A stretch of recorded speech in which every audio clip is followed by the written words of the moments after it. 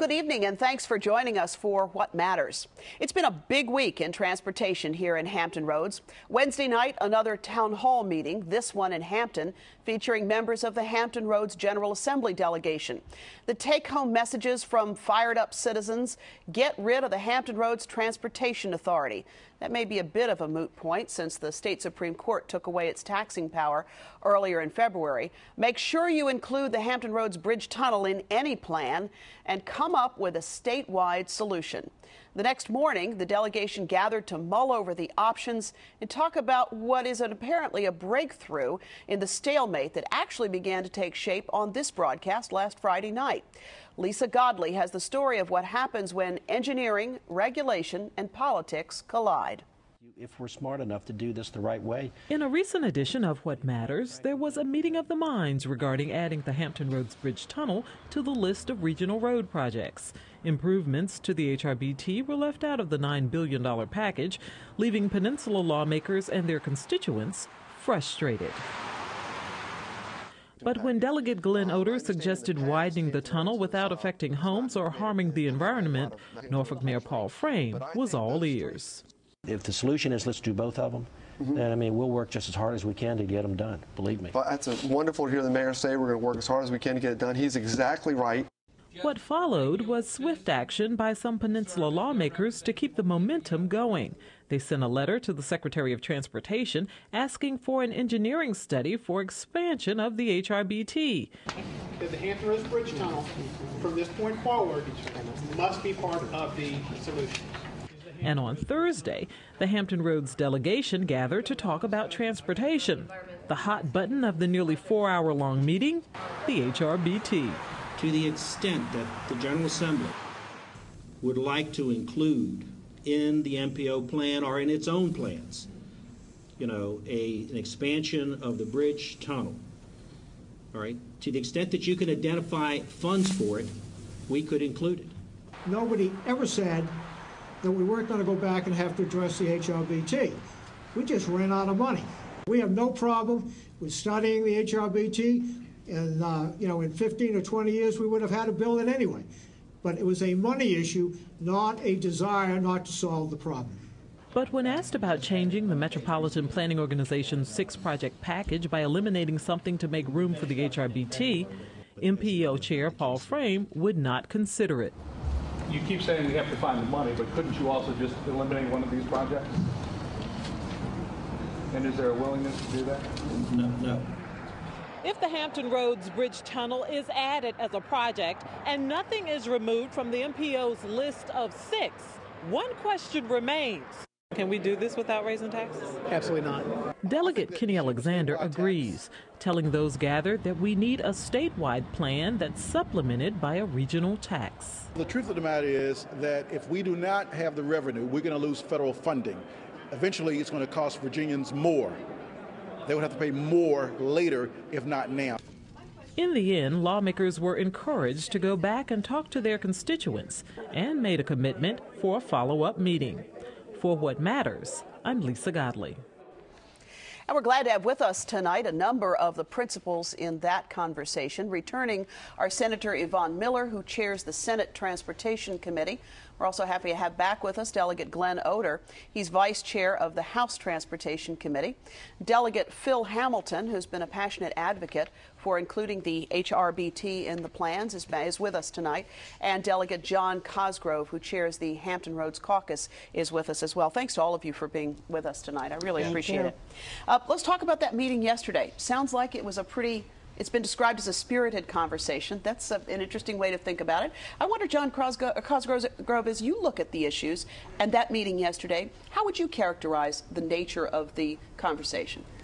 I think the conversation was very collegial. Very few voices were raised, as a matter of fact.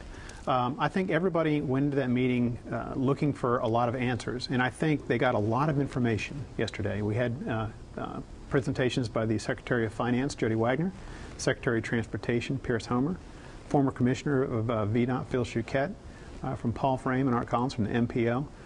We had a lot of information provided to us at one time. And it was like we have a jigsaw puzzle where all the pieces were then put on the table. Now we've got to put them together and figure out, hey, how do we pay for this picture? but at least we were all able to get the same information at the same time. Phil Hamilton, you said you were impressed and interested in the presentation from the Treasury Secretary Jodi Wagner in terms of looking at the finances of this thing, because that does seem to be where the difficulty lies. One of the things that we constantly hear is that we'll just pay for it out of the general fund. And Secretary Wagner was able to lay out how the Virginia budget is put together and what type of discretionary funding we have, and really point out where the money goes. And I think that was very informative for those legislators that don't serve on the Senate Finance Committee or the House Appropriations Committee that are knowledgeable about, those specific aspects of the budget. The idea being that you don't have quite as much money as it might appear that you have to deal with. Yeah, people hear a $77 billion budget and they say, clearly you've got enough money. But what they don't understand is that's a 2-year budget. That includes general fund and non-general fund revenues. And then when you actually see the breakdown of how those revenues are distributed out, and you find out that 49 to 50% of every tax dollar is sent back to localities, it really does limit the amount of money that the General Assembly has for statewide initiatives such as transportation. Delegate Oder, there was a fair amount of conversation at this meeting yesterday about what began to take shape here last Friday, which was this possible addition of expansion of the Hampton Roads Bridge Tunnel. And after that, you and Delegate Hamilton co-authored this letter to the Secretary of Transportation saying, let's take a look at this, let's study this. What's been the response so far? Well, it's been an excellent response. The Secretary and I have talked several times since then. The Commissioner of Transportation and I have talked, and they're working on a response to it now. There's several ways they could do it. They've talked about putting together a little study group to do it. And but the important thing is they're going to get the VDOT engineers within the department to begin to study this. I'm sure there'll be some consultants from outside that'll offer some suggestions and so forth, because this is an issue which is going to get a lot of attention in Hampton Roads, both from the commuters but also from the construction industry, because this is a project that we really can focus on right now. We really can do it if we can come up with the revenue to do it, if we can identify the funding sources, and we can figure out what's the best way to do it. A lot of discussion about whether or not it's one tube or it's 2 tubes. There's been some other out-of-the-box thinking ideas that have been brought up as well. But the important thing is that we're now going to sit down and figure out what's the best transportation solution to solve the Hampton Roads Bridge Tunnel, and what's it going to cost to do that. But you were pretty clear, at least it sounded like from the meeting yesterday, the idea of taking out one of the 6 and putting the Hampton Roads Bridge Tunnel in is not going to happen. Well, I'm not willing to take anything off the table right now. The problem is we've got an MPO process that's been in place that has been approved by the local governments, all but I think one of them. I mean, it's been very much a consensus on those from the local government perspectives. The problem is that they did not include the Hampton Roads Bridge Tunnel. And so that's been approved. I think you have to leave that off to the side, and I think you have to leave those alone, because that's part of a federal package, and if you touch that, lots of bad things could happen. I think for right now we're doing the right thing. We're studying the Hampton Roads Bridge Tunnel separately from those 6 projects. Whether we include it and how we fund it will be a discussion that will come up once we identify the project. And Senator Miller, how about your colleagues in the Senate? How do they look at these developments? What were you hearing yesterday? Well, my colleagues in the Senate, of course, are from around the state. Some of them are also from the other side of the Elizabeth River. And there are people in the Senate who say, without doing something about the Hampton Roads Bridge Tunnel, they will not vote for any transportation package. And so yesterday was a good chance to hear from all of the delegation members who were there. And I think it's clear that politics is the art of the possible, and people are willing to talk about it, but the sticking point is always, how do we pay for it? Because the governmental process requires us to explain how we plan to pay for it. There have been a lot of theories about asking the government to help us pay for it, because we really don't have the federal government, that we don't have an evacuation route in case of an emergency. We are so waterlocked that if we wanted to get out of here, we cannot get out of here in a short time. And so I think there are a lot of people thinking seriously about how can we have 7 projects and how may we pay for the 7 projects. The discussion yesterday was more information gathering and information sharing. We have not yet dealt with the hard issue of how do you pay for these projects. But I'm sure you're here, all of you, I'm sure, are hearing from your constituents on those questions of how you go about paying for them. Are there any of your constituents talking to you about those issues, and what are they saying about how to pay for these ideas? Well, typically people that have talked to me about it want a statewide resolution. They don't feel like that the citizens of the Hampton Roads ought to be the only ones that are paying for the Hampton Roads Bridge Tunnel or the other. And that was a pretty clear message from Wednesday night as well. It was a very clear message. You know, I remember 38 years ago sitting on the Hampton Roads Bridge Tunnel getting ready to pay $1.25 to go across, and knowing that when I came back I was going to pay another $1.25. You know, I think people generally, if there's an improvement to a transportation facility, I think they understand the concept of a toll.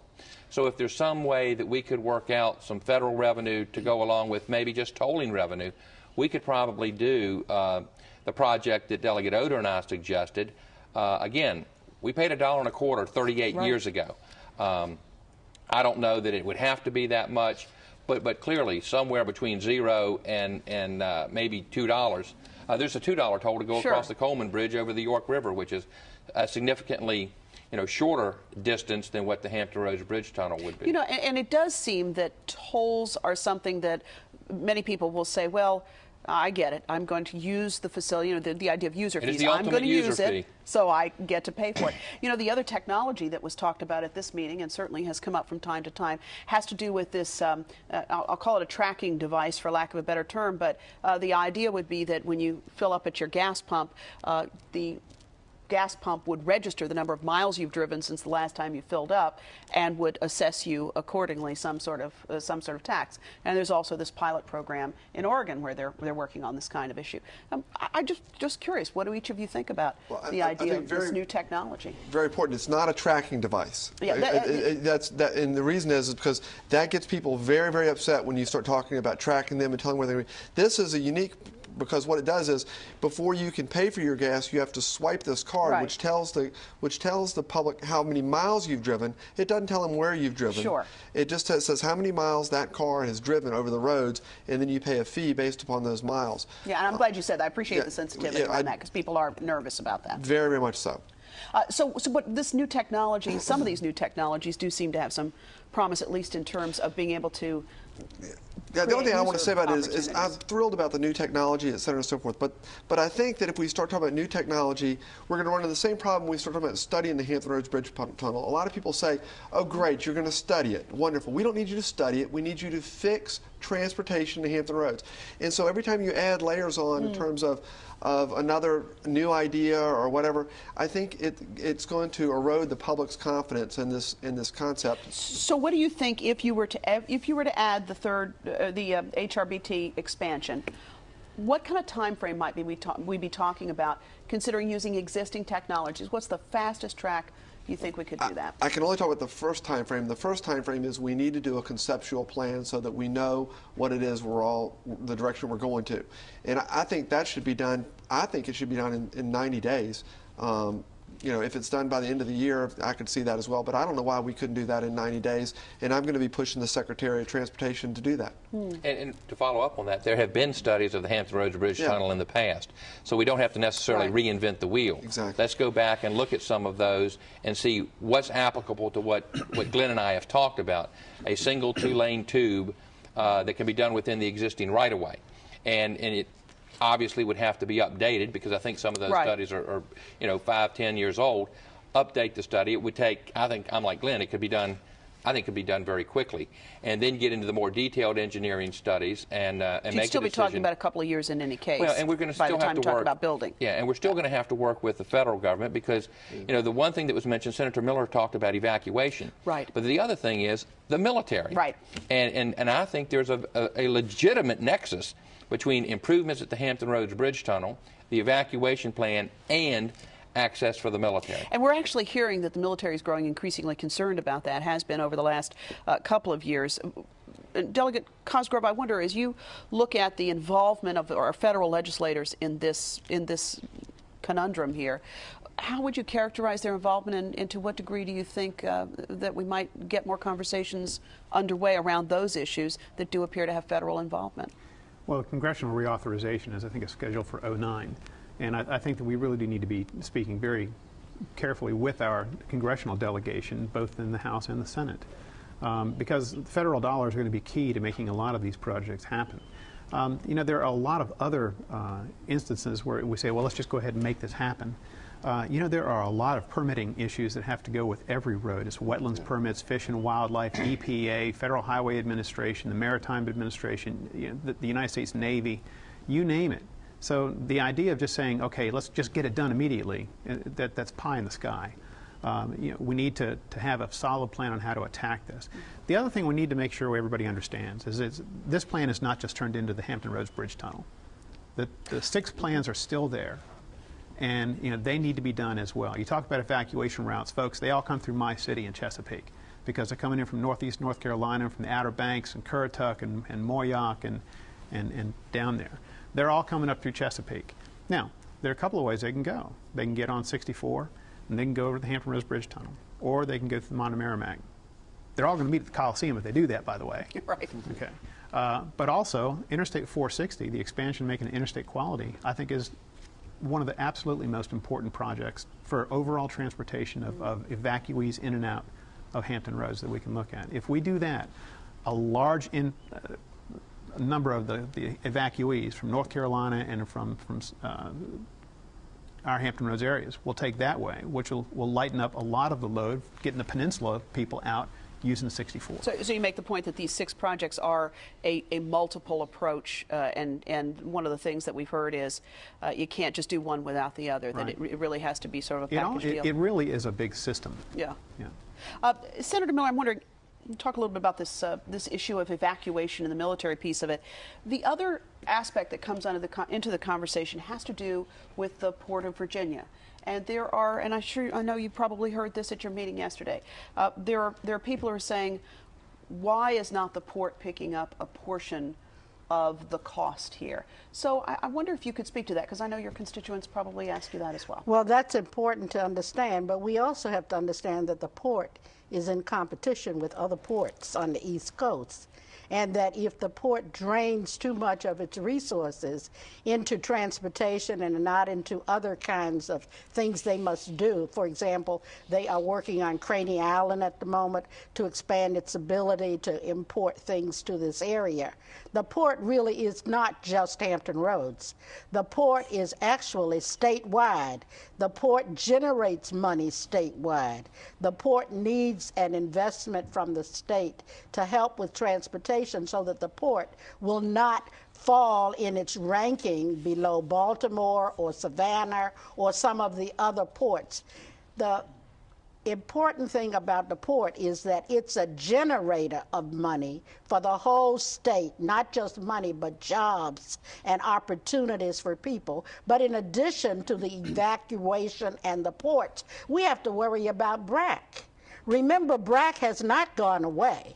We will have concerns about BRAC if the military makes a determination that we are so congested that the people in the military are not able to flow from resource to resource in our area, and we are very heavily impacted by the military. So our problem is a multiple problem. There are many things to be considered. And when he talked about 460, some of us, if the storm is bad enough, you cannot use the tunnel. So the only way out will be 460. Yeah. And if we don't make that a high quality road, we can just say, Lord, receive us, because we are out of here. Yeah. We cannot, when they close those tunnels, we cannot get through. And if we can't get to 460, we don't have a prayer of getting out of this area. We really need to help the people understand, and I don't know how you do this, that we need a statewide solution in the fact that we must take care of our maintenance and our construction needs. In Virginia, if we don't do maintenance first, it means that we're going to take the money from construction, and our urban funds will be taken, so we can't do what we need to do in our cities and our localities.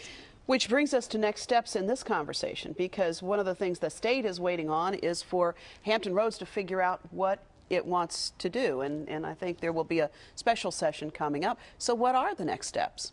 Well, we got a lot of information yesterday, and we're disseminating that, making sure everybody has an electronic copy of that. You know, they can't say, I don't have it. And then we need to start talking about how do we want to approach this. Now, there are people that say we need a statewide approach. There are others that say we need a regional approach. I think we need both. You know, the statewide approach, that maintenance fund, for all the gas tax money and the half cent of the sales tax that goes into the Transportation Trust Fund, if the maintenance money comes off the top, we have to do maintenance on all our roads first, and then what's left is what we have for new construction throughout the Commonwealth.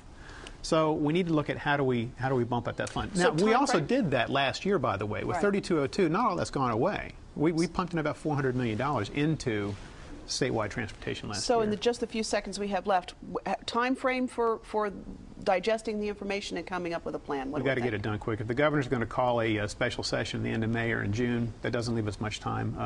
The delegation needs to go back, talk to their constituents, and I want to call another meeting hopefully in the first part of May.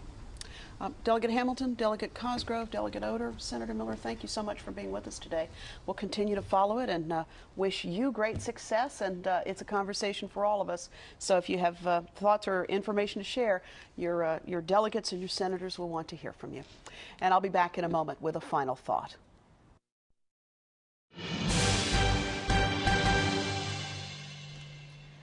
Thanks very much for all of your letters after our inaugural edition of What Matters, featuring our conversation with former William and Mary President Jean Nickel.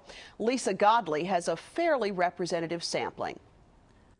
From Thomasine Williams of Norfolk. Within 30 minutes, I learned more about Dr. Jean Nickel than I could have through any other medium. I truly felt his heart and felt very sorry that Virginia was losing such passion for public education as he embraces.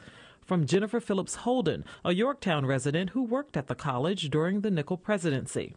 I must admit, I was hoping he would trash talk the political powers that be, but being the class act he is, he conducted himself with dignity and forthrightness. I will always admire this man, his ideals and his finesse. Good luck to him and his family. From alum Tricia Newman. We disapproved of Mr. Nickel's handling of the fundraising part of the job. Crosses and sex shows were publicized, but they were just a part of a management style that did not work here. And from alum Andrew McRoberts.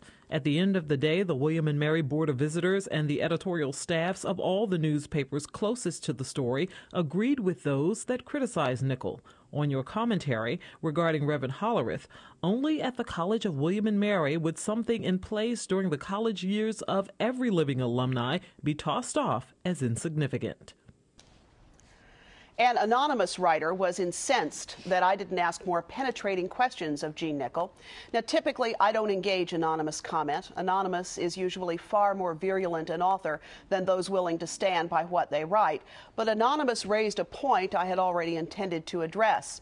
I wanted to know, as I'm sure you did, what Jean Nickel thought about the Board of Visitors' response to his resignation and the issues about which there is still clear disagreement.